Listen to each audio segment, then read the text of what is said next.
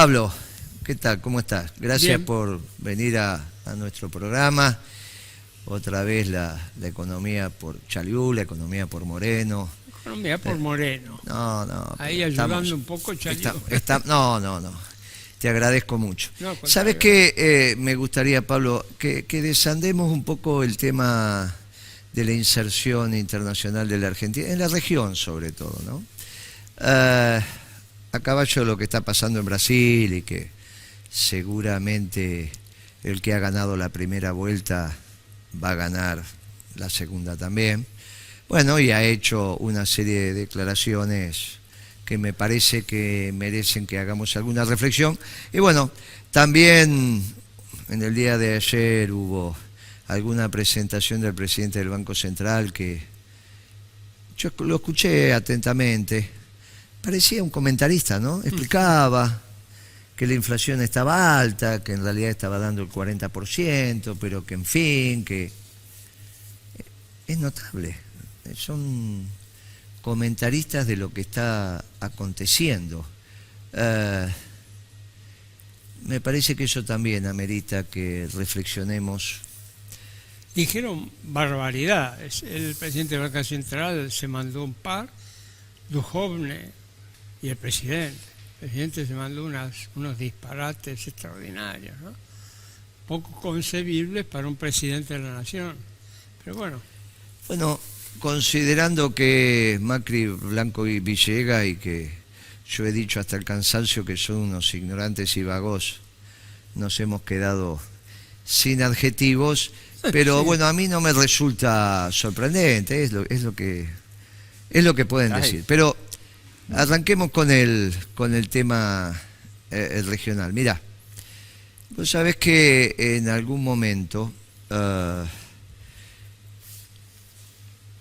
obviamente que el acuerdo es el acuerdo de Foz de Iguazú entre Sarney y Alfonsín, ahí empieza, dentro de lo que es el espacio de la globalización entendida como una mancomunión incluso conceptual, ideológica, con algún sesgo distinto entre el neoliberalismo y la socialdemocracia en ese mundo del consenso de Washington, empiezan a tomar forma los procesos de integración económica, a caballo de lo que había acontecido fundamentalmente en la Unión Europea, en la Europa continental y bueno, más Inglaterra, si bien no toda Europa continental, porque el caso de Suiza, que se mantuvo, los suizos en aquel momento hicieron un referéndum, dijeron no y no. no vamos a participar, pero bueno, de alguna manera Europa se fue integrando en un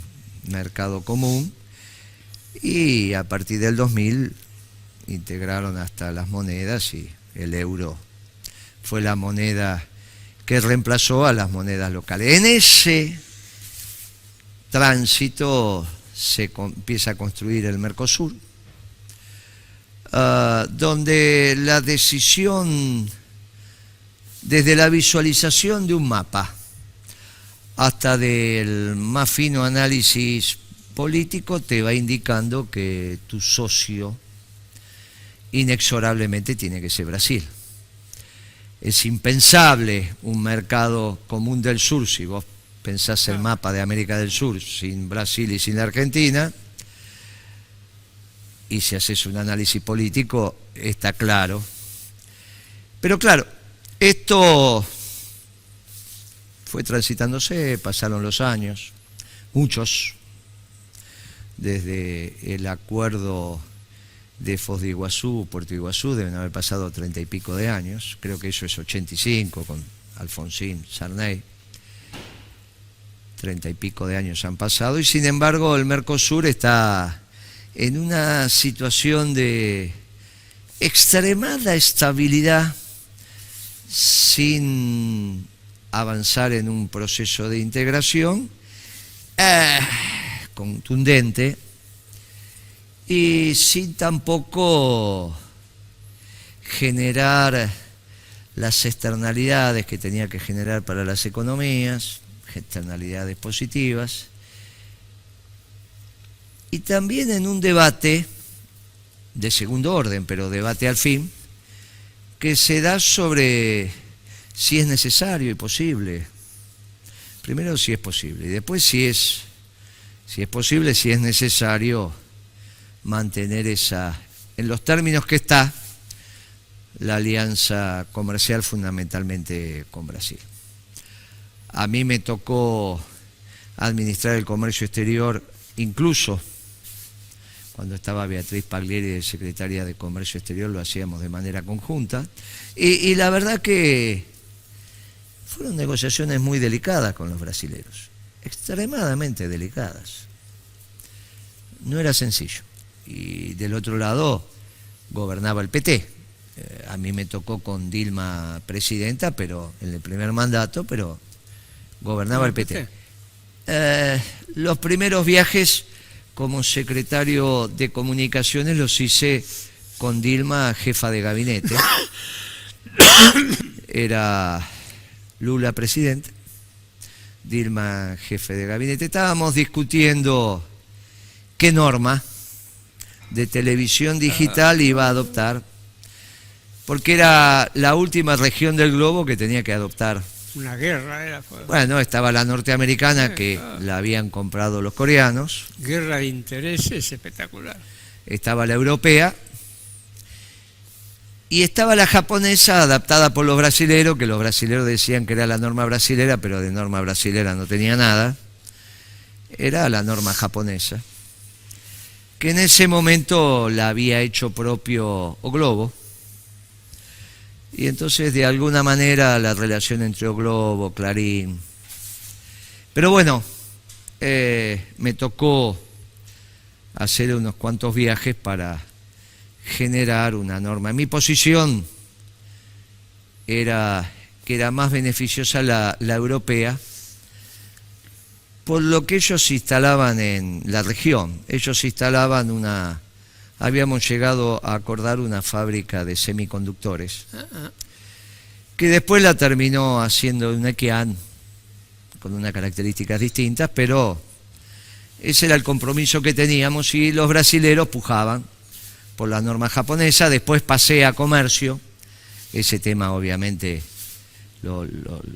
quedó en cabeza del secretario de Comunicaciones, y se terminó adoptando la norma común, claro, con los brasileros que es una pequeña variación insignificante de la norma japonesa. Y esa es la que transitamos hasta hoy. Pero desde esa negociación que tuvimos con los brasileros hasta después la que tuvimos por el tema del comercio, las negociaciones muy duras. Te diría que más dura que con los chinos, más dura que con los europeos, más dura que con los norteamericanos, ni hablar. Y lo que empezábamos a ver es que en realidad teníamos un serio problema de integración, producto de que las economías son competitivas, no complementarias.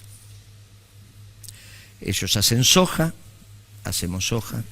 Ellos hacen maíz, hacemos maíz. No hacen trigo, ahí no les da el clima, eso sí. Hacen carne, vacuna, de hecho compraron nuestros frigoríficos más importantes. Hacen pollo. Son más importantes que nosotros en carne vacuna. Pollo. Pues también. Lácteos y sus derivados.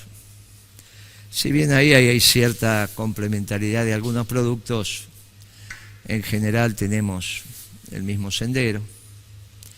Y lo mismo nos pasa al revés, no es que es una economía donde ellos nos mandan café, banana y algunas cosas y nosotros les mandamos, la verdad que no. Más te diría, cuando ellos compran Swift, que pagan un sobreprecio que el mercado local no lo entiende, porque hacen una oferta bien por encima del valor. Exacto. Y se quedan con Swift, se quedan con todo. La hipótesis que le planteo a los dueños que se retiraban era si habían pagado un sobreprecio por la cartera de clientes en el exterior. Y ahí se sorprende, porque me vienen a informar que que no tienen alternativa, que van a vender, que estaba en venta, que los brasileros le hacen una oferta extraordinaria, cerca de 200, unas cifras. Y entonces uno dice, mira, cuando alguien está dispuesto a pagar de más por los ladrillos es porque valora enormemente lo intangible, que es la cartera. El dueño de Swift de aquel momento me dice, bueno, sea lo que sea. En las primeras reuniones que tengo con los nuevos dueños de Swift, que son la familia Batista, que ahora tuvo una serie de problemas, le digo, bueno, ¿cómo están planteando el desarrollo del negocio? Y entonces me dice, Argentina tiene un enorme potencial para productos elaborados a partir de la carne vacuna. Le digo, perdón, a ver, ¿de qué? No, nosotros creemos que hay un enorme mercado para lo que ustedes llaman empanadas,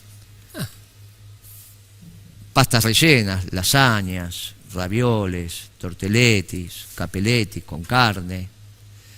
Y nosotros tenemos esa vocación de...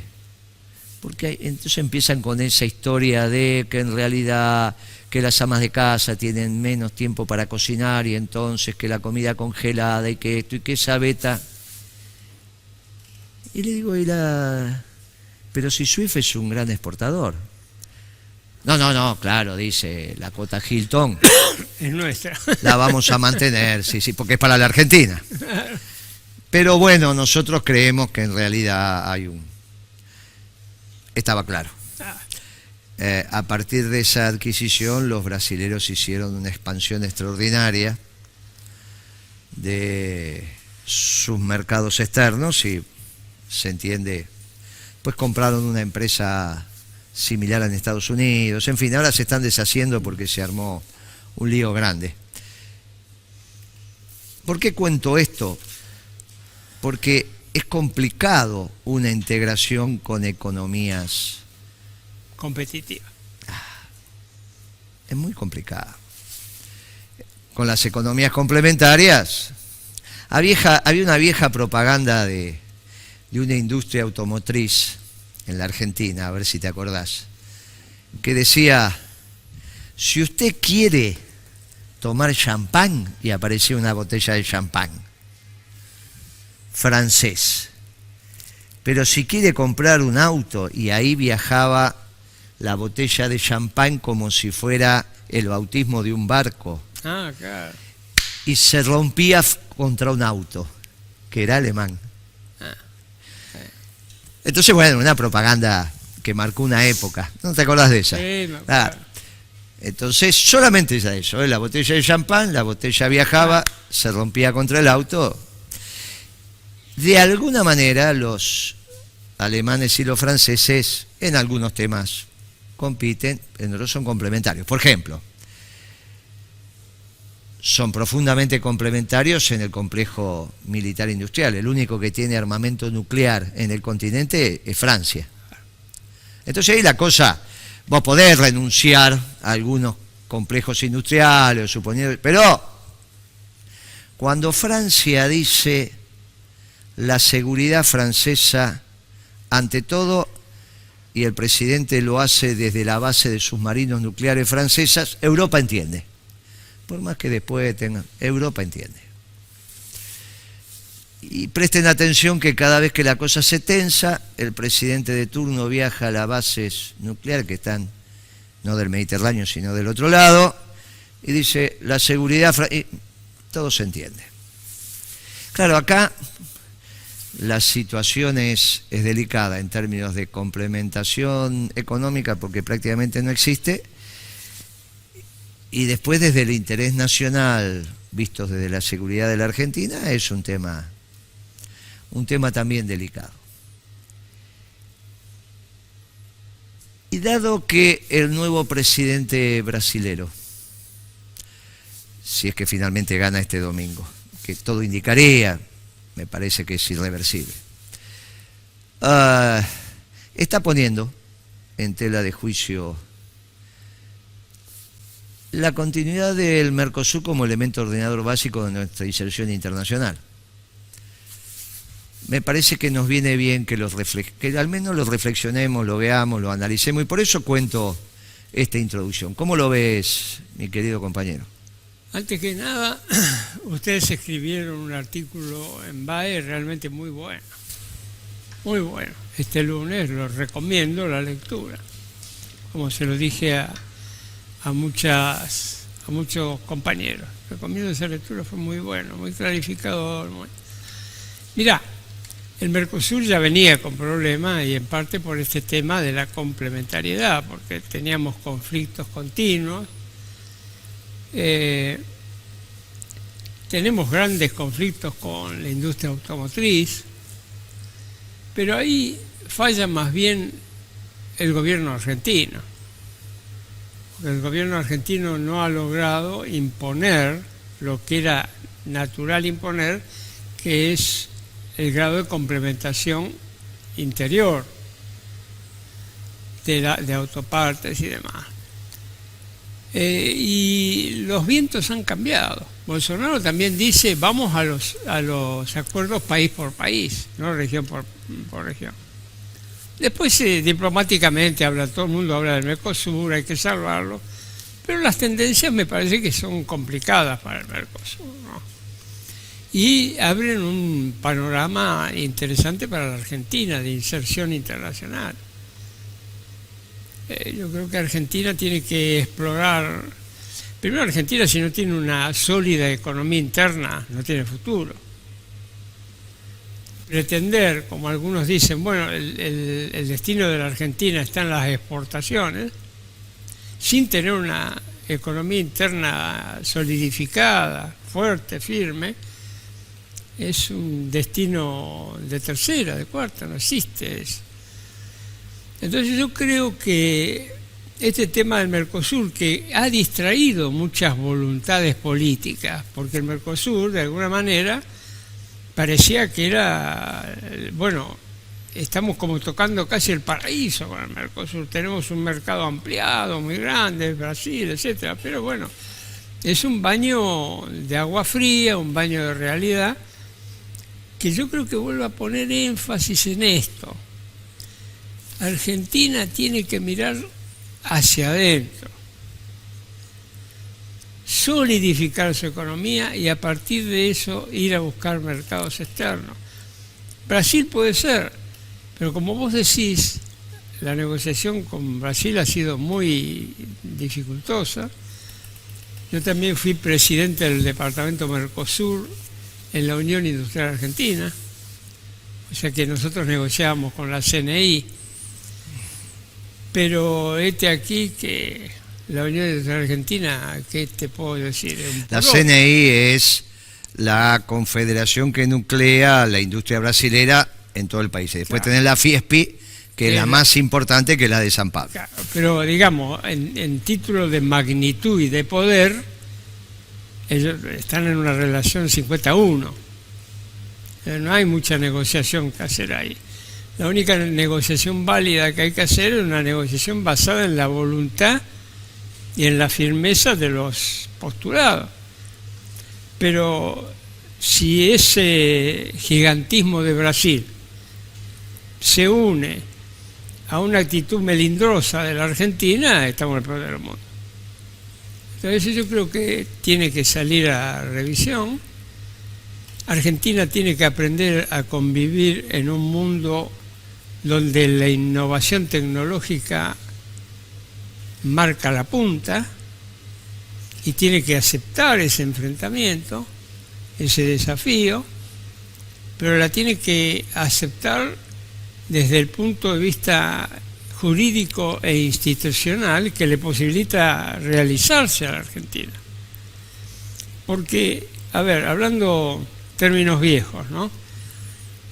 Hoy la dominación en el mundo se da a través de la dominación de las tecnologías. Yo te digo, en Estados Unidos hubo muchas investigaciones sobre el tema de las empresas multinacionales. La mayoría, y hay una en particular que es que es el Centro de Estudio del Senado.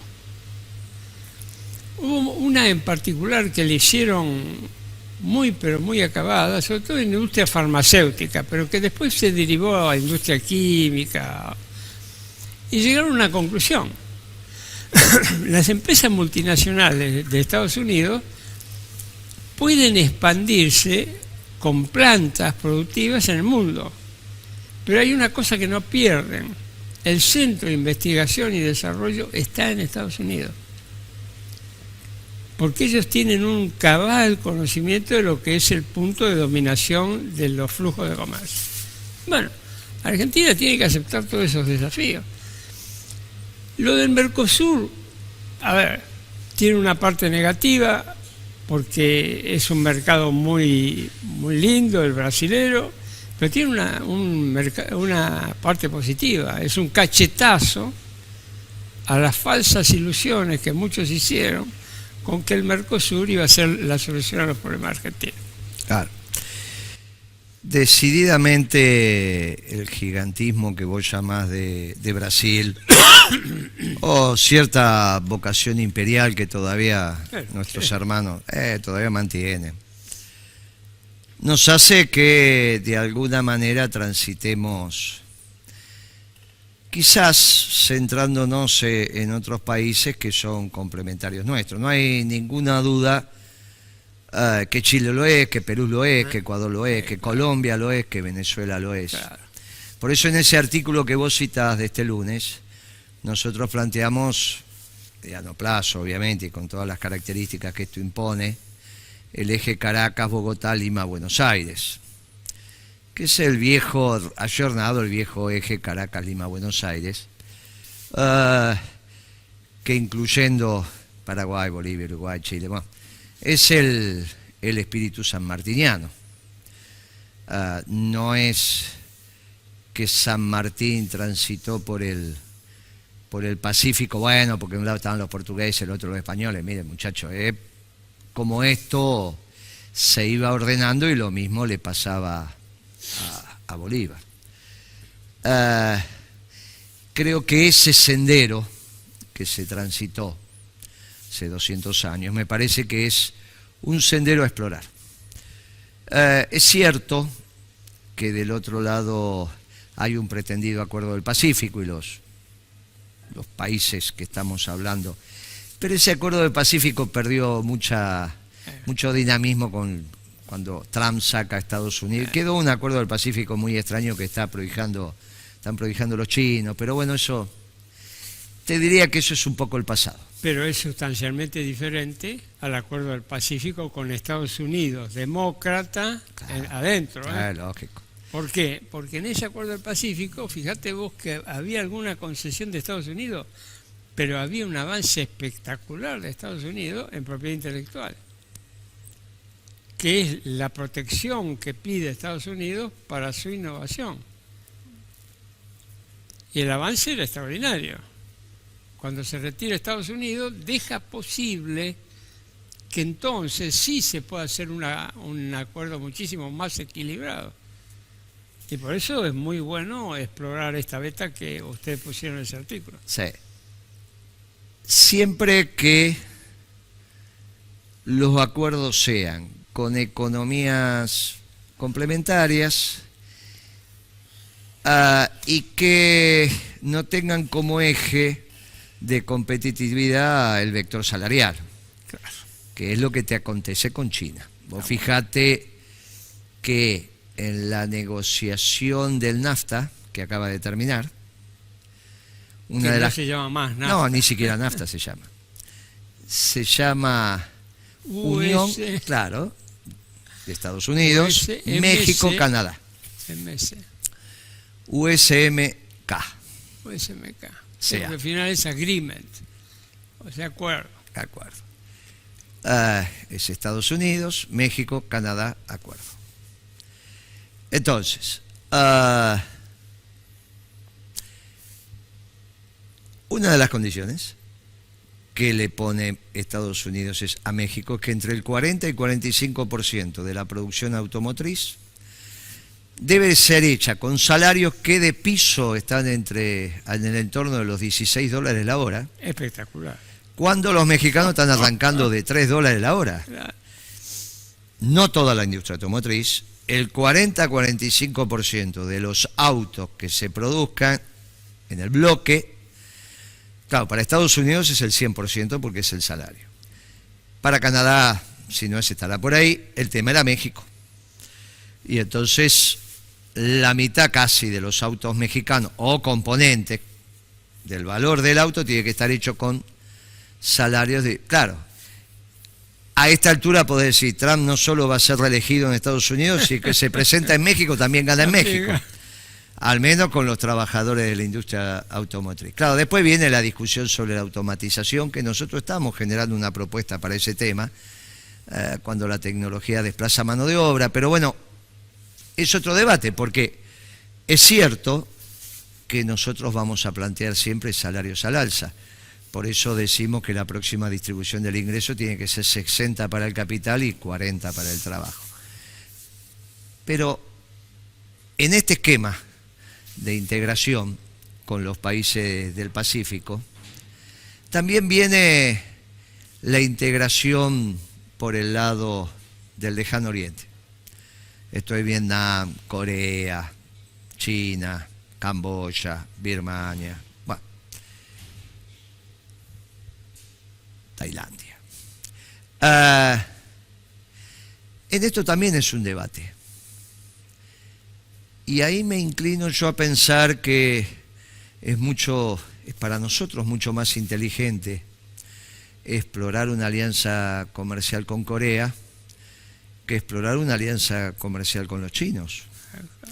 Por un problema de envergadura.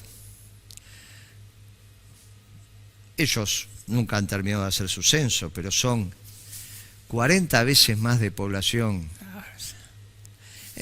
Es hasta ridículo. Yo creo que cuando dicen, no, porque si los chinos comen carne, vos no comes carne, te quedás sin carne. Si al menos van a comer la carne argentina. Si los coreanos comen la carne, bueno, ellos son 40 millones hasta que no se unifiquen, 40 y 30, 40 y pico y 30 y pico, o sea, estás hablando de Corea del Sur con 40 millones, 40 y pico millones, es muy parecido al esquema nuestro. Tienen productos de cierta tecnología que nosotros... Los coreanos... Bueno, claro. Entonces, digo, me parece que en este replanteo, y creo que en vez de revisar la literatura germana o francesa de por qué construyeron la Unión Europea o el Mercado Común Europeo, habría que revisar la literatura suiza de por qué se opusieron.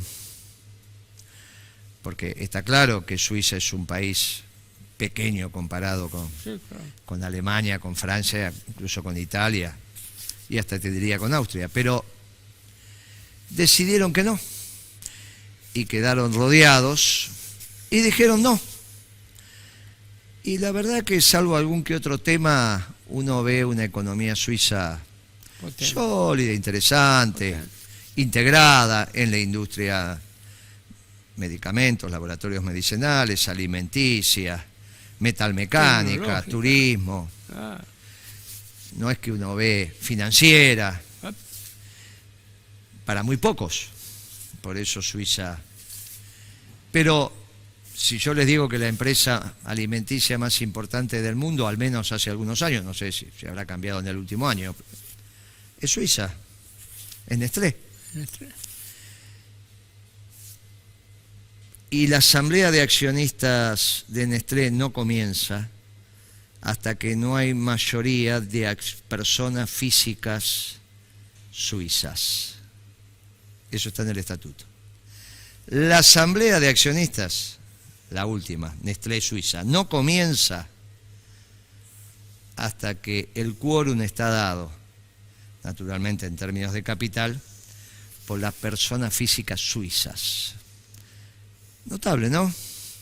Estas son las cosas que a veces... Que te la quieren vender cambiada. Claro, que a veces Te la venden cambiada. Pero es Suiza rodeada de la comunidad. Me parece que habría que revisar los trabajos académicos de los suizos de por qué finalmente en un plebiscito decidieron que se mantenían. Si uno ve ahora las tensiones que hay para la disolución del mercado común, sea en el norte de Italia, sea en el caso Brexit. francés, Brexit desde ya, pero ahora hay toda una corriente también en Alemania, en Hungría, en la propia Austria. En fin, me parece, franceses también, desde ya, me parece que vale la pena. Son coletazos del fracaso de la globalización, Claro, tal como fue planteada. claro, claro. Y esto, recordemos que la globalización tiene dos caras, una neoliberal y la otra socialdemócrata. Por eso en Argentina, tanto los socialdemócratas como los neoliberales, y también los oligarcas, votaban a la Clinton. Votaban a la Clinton. Yo diría que el 95% de la inteligencia argentina dedicada a la política quería que ganara la Clinton. A pesar que la Clinton era la que auspiciaba el Tratado del Pacífico y que decididamente colapsaba el proceso industrial argentino, que ya está bastante colapsado, pero eso le ponía el moño, lo cerraba y se terminaba.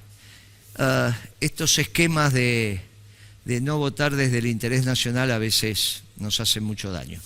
Pero viendo que está aconteciendo lo que está aconteciendo en Brasil, me parece que vale la pena que lo reflexionemos. En el gobierno anterior que integré en un plano de segunda línea, estos comentarios hacían parte del debate, pero no pasaban del nivel de comentario. No puedo, esa opinión le corresponde a la presidenta Cristina, porque bueno, el otro, Néstor, ya no está para opinar, pero la presidenta Cristina es la que le correspondía opinar sobre este tema. Pero en las segundas líneas, en los viajes, canciller y demás, estos temas hacían parte al menos de las mesas de reflexión que se suelen armar entre los funcionarios, tomando café a la mañana del desayuno, mientras esperás, mientras se arma la agenda, en fin, que eso también son reuniones de trabajo y le vas tomando la temperatura, claro, los viajes en el avión, le vas tomando la temperatura al debate. Se planteó como debate, no más que eso, no más que eso. No me atrevería, yo aparte no eran mis incumbencias, salvo las que teníamos que ver con el comercio exterior.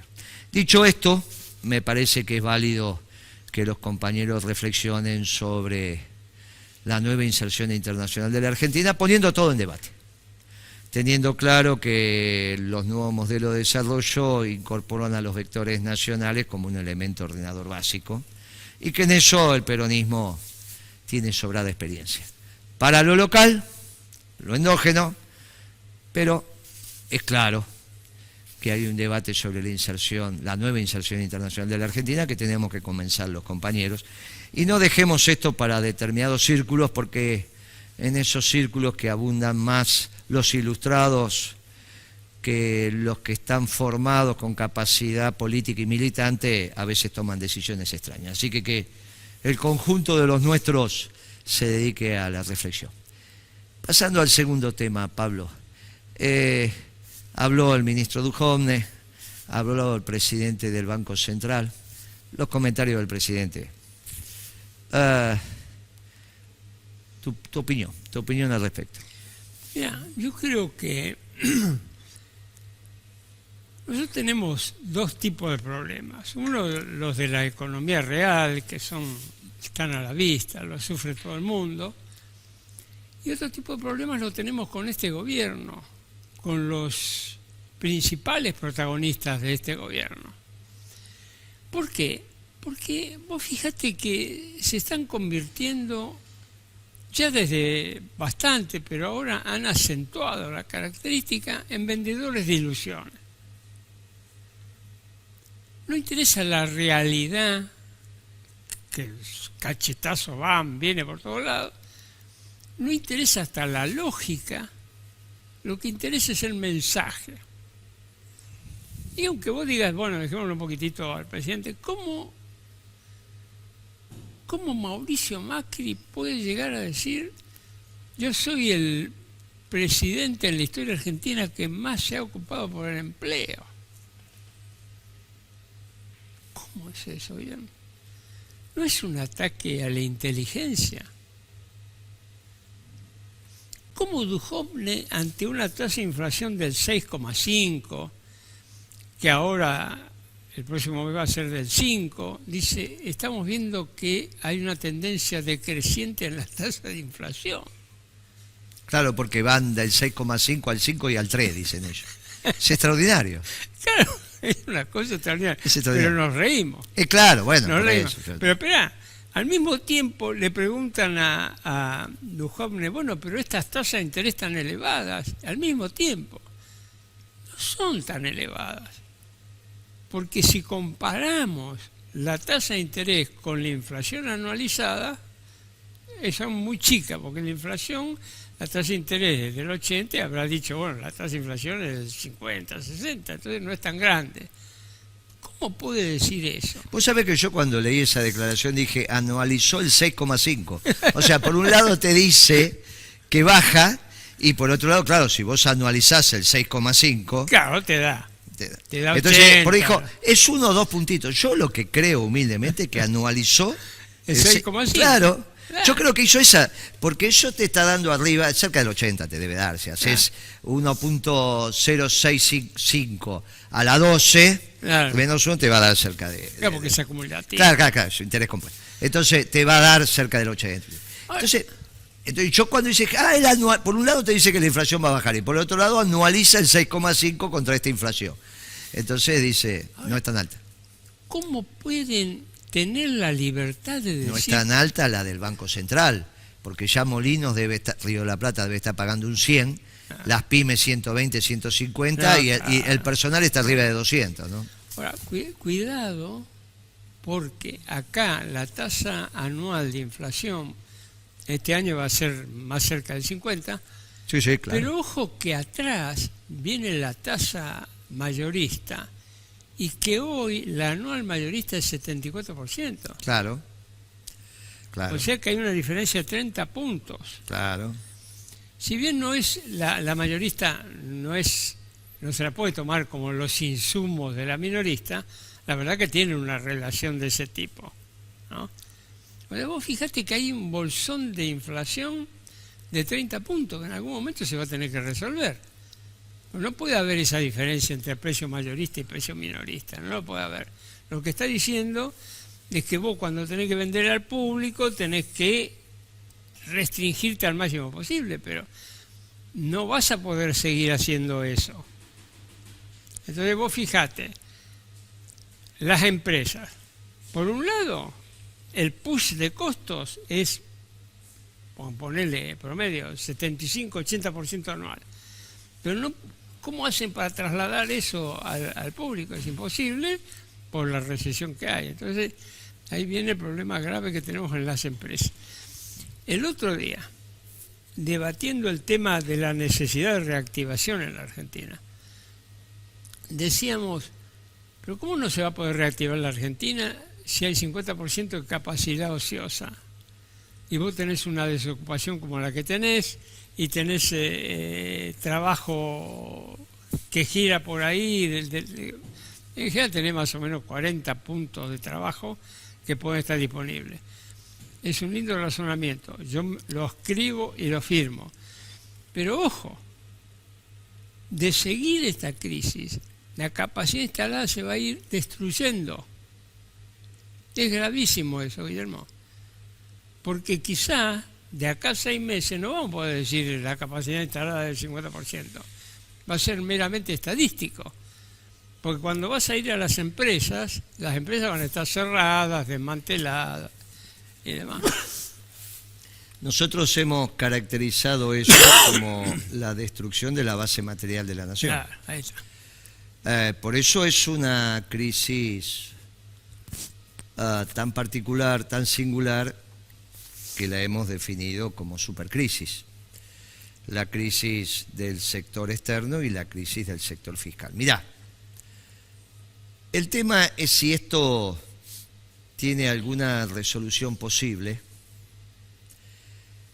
Esto es, si este experimento se puede transformar en un modelo, porque siempre dijimos que era un experimento. Si se puede transformar en un modelo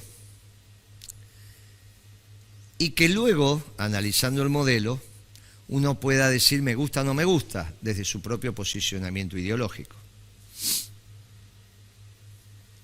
Un modelo consistente, pero que me haga una distribución del ingreso 70-30 para el capital. Entonces, mire, no me gusta. Bueno, listo. No te gusta, pero las reglas del juego son estas y el modelo cierra en sí mismo. O sea, lo que técnicamente decimos es consistente. El problema es que es absolutamente inconsistente. Claro. Porque no resuelve el tema externo, ni tampoco resuelve el tema fiscal. Porque la agudización de la recesión te hace que la caída de la recaudación sea más rápida que la pretendida baja del gasto, donde la baja del gasto, el único que la está haciendo es el sector privado. Ah, está muy bien. Porque no es cierto. Coincidimos totalmente. No es cierto. Ayer discutía, no, porque viene un presupuesto de ajuste. Miren, muchachos, el único que está ajustando es el sector privado. Sí.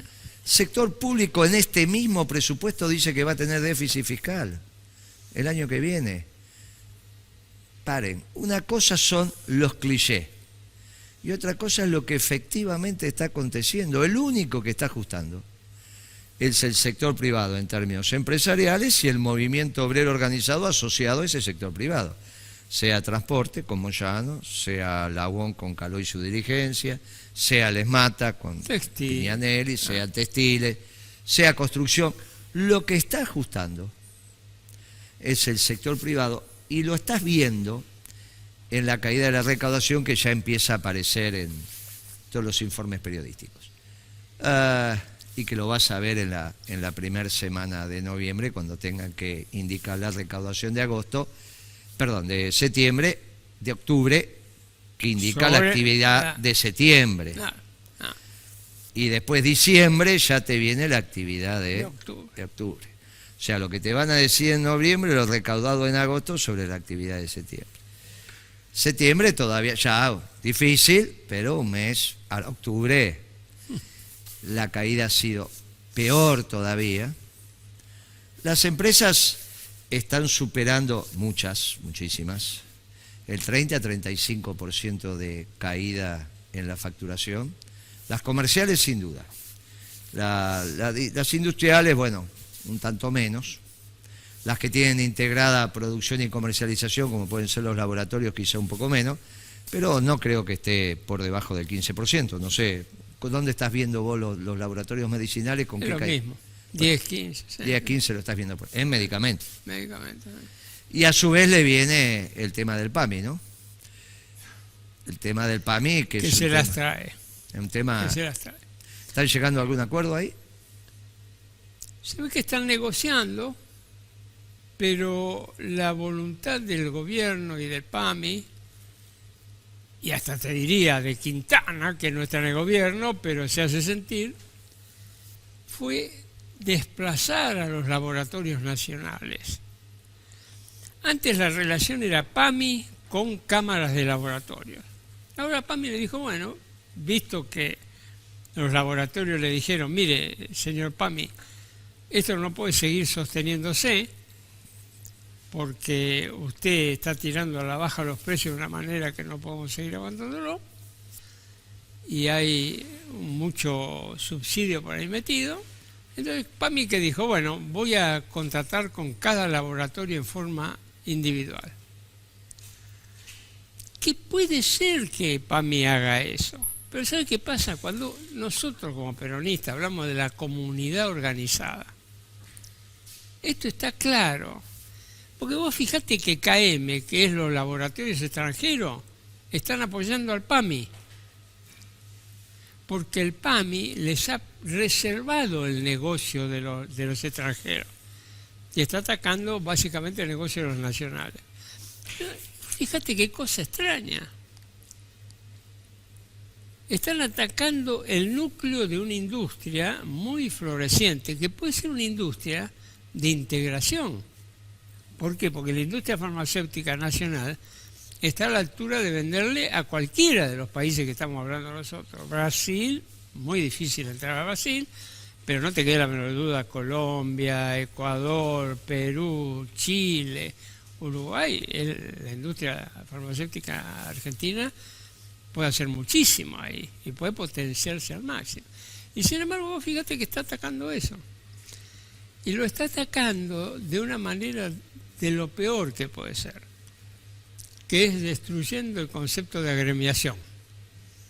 Así como quieren destruir el concepto de agremiación en lo laboral, acá se ve claro que quieren destruir el concepto de agremiación en una de las cámaras y de las actividades más importantes de la Argentina, ¿no? En síntesis, una inflación del 6,5 en minorista, más del 16 en mayorista. Están conteniendo el dólar dentro de la banda de flotación, pero con unas tasas de interés astronómicas que impiden la rentabilidad tanto de una microempresa como de un grupo económico. Esto está generando una recesión que va a una caída de recaudación. Esto implica que el presupuesto, que es una autorización de gasto con una hipótesis de recaudación que a su vez está sostenido sobre unos presupuestos macroeconómicos, es todo falso. Lo único que van a terminar, si es que acuerdan o no acuerdan, es la autorización de gastos, pero que no se sabe con qué ingresos lo van a poder mantener, y ni siquiera van a poder revertir el tema, no ya del sector externo en términos de cuenta corriente, sino de la humilde balanza comercial. Dicen por ahí, no, porque ahora van a tener un aluvión de turistas. Miren, muchachos, con este tipo de cambio y esta inflación, más las retenciones que le han puesto, ni siquiera los sectores de la zona núcleo están conformes. Basta leer los suplementos rurales de los dos diarios más relevantes de los fines de semana, que suelen salir los sábados, Clarín y La Nación, para ver en qué están hasta las 999 familias que conforman la oligarquía, menos la de Blanco Villegas, que esa no tiene alternativa. No va a decir, mi hijo se está equivocando, al menos no en público. Pablo, nos vemos en la próxima emisión del programa. Te agradezco mucho. Gracias, y avanzamos sobre nuestra agenda. Y creo que tenemos que empezar a desarrollar un poco las propuestas que vamos a implementar cuando lleguemos al gobierno. ¿Te parece bien? Absolutamente. Amigos, nos vemos la próxima. Muchas gracias.